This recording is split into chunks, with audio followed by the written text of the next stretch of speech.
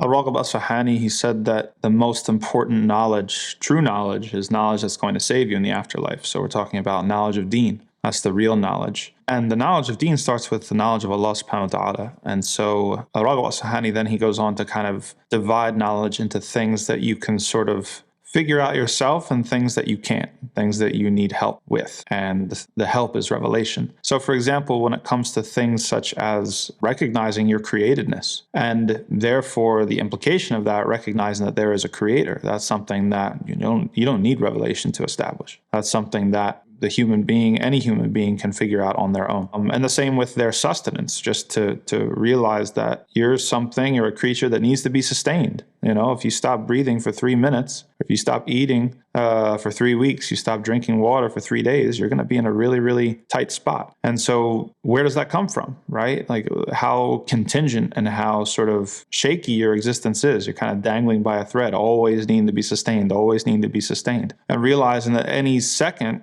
can see all that sort of sustenance dry up and just go away. So implying from that or figuring out from that you have a sustainer who's keeping you going, who's providing that air, providing that water, providing that food, everything that you need. These are things that the intellect can grasp on their own. And this is why Allah subhanahu wa ta'ala in the Quran, especially in the Meccan verses and surah, He appeals to that side of your intellect. It's innate. He appeals to it to get you to the point of submission, because you're not going to be able to figure out some of the details by yourself. You need revelation for that. This is the limit of the intellect. The intellect is not a perfect tool. It's not a complete tool. It's not just meant to take you to the finish line. It's meant to take you to the door. But then you have to decide to walk into the door. So what's the door? We're talking about knowing Allah subhanahu wa ta'ala in the specifics, because the human mind is a really, really powerful thing. And so if you think about it hard enough, you can think about things in multiple different ways and from multiple different vantage points and perspectives. Well, maybe Allah does do this, or maybe Allah can't do that. You're not really sure. So when it comes to the specifics of who Allah subhanahu wa ta'ala is and what He does and what He doesn't do, what he is not,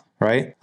That's something that you need revelation to help you with. So you have this sort of a priori intellect, this fitrah that's given to you, and that brings you to the point of assessing, is this a real prophet? Is this a real deen? Is this a real sort of communication from my sustainer? And then you have to submit. And once you submit, then you find the details. Okay, Allah does this. Okay, Allah doesn't do that. So the specifics of who Allah subhanahu wa ta'ala is and what He does and does not do, but also what Allah subhanahu wa ta'ala does and does not want. And that brings us to the Sharia, right? What is obedience? What is worship? We throw this thing around, worship, this word. The same with devotion. We throw it around. People talk about it. Oh, well, that's my worship. That's my prayer. Well, how do you know that your worship and your prayer is recognized as worship or as prayer or as devotion? You need special information for that. You need revelation for that. You can't figure that out on your own. If I wanted to, I could say, well, I'm going to worship my Creator by standing out in the sun all day. And that might seem like a really good idea, but I don't have any evidence for that. I don't have any way of verifying that. Is that something that is going to be read by my Creator or understood or registered by my Creator as worship? Because there's two aspects to every action. There's the intention. Yeah, okay, Allah could say, well, he had a good intention, even though he had no idea what he was doing. Or there's the second part, which is the actual form of the thing. You've got certain people these days that have taken this to the extreme. They say, well, they will call acts of immorality and acts of disobedience, they'll call that their worship and their devotion. And so you need some sort of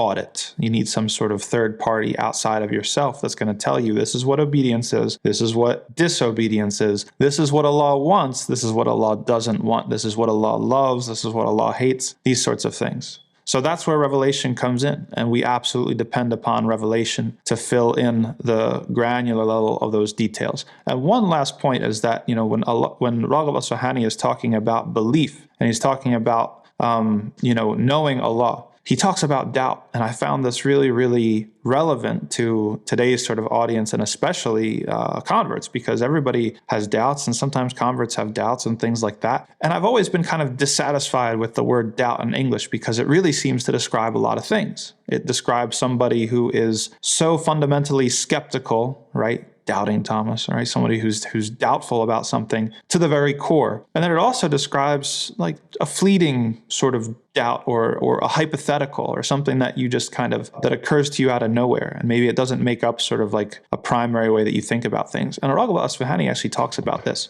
And he says that the first type of doubt is this sort of doubt that is understandable. Okay, so it's like, he compares it to somebody seeing something from a distance. Okay, you look off way in the distance and you see something and you can't see the details of it. So you're pretty sure that it's this thing, right? You're using kind of maybe probabilistic reasoning, like it's like beyond reasonable doubt, we could say. You look at it and you see, yeah, you're pretty sure. Once in a while, the thought creeps in, like, what if it's not? What if it's actually something else? But then you kind of reason yourself through it. It's like, well, then it would be this other thing, and I would see that. And if that were true, then this would happen. And so you're able to kind of bring yourself back to certainty and say, no, that is what I thought it was. Right? That's something that happens to everybody. And that even is something that we could perhaps say that this was sort of a thing that some of the prophets engaged in the Quran when they ask Allah subhanahu wa ta'ala to show them how does Allah resurrect the dead, or ask to see Allah directly. Right? Or see Allah's sign directly, right? But then the second type of doubt, that's the thing that is much more chronic, it's much more fundamental, and al-Raghib al-Isfahani compares it to not only seeing something from far off, but in addition to that, it's hidden behind a screen. You only see like the shadow. And so you are in fundamental doubt constantly. It's like, is it really?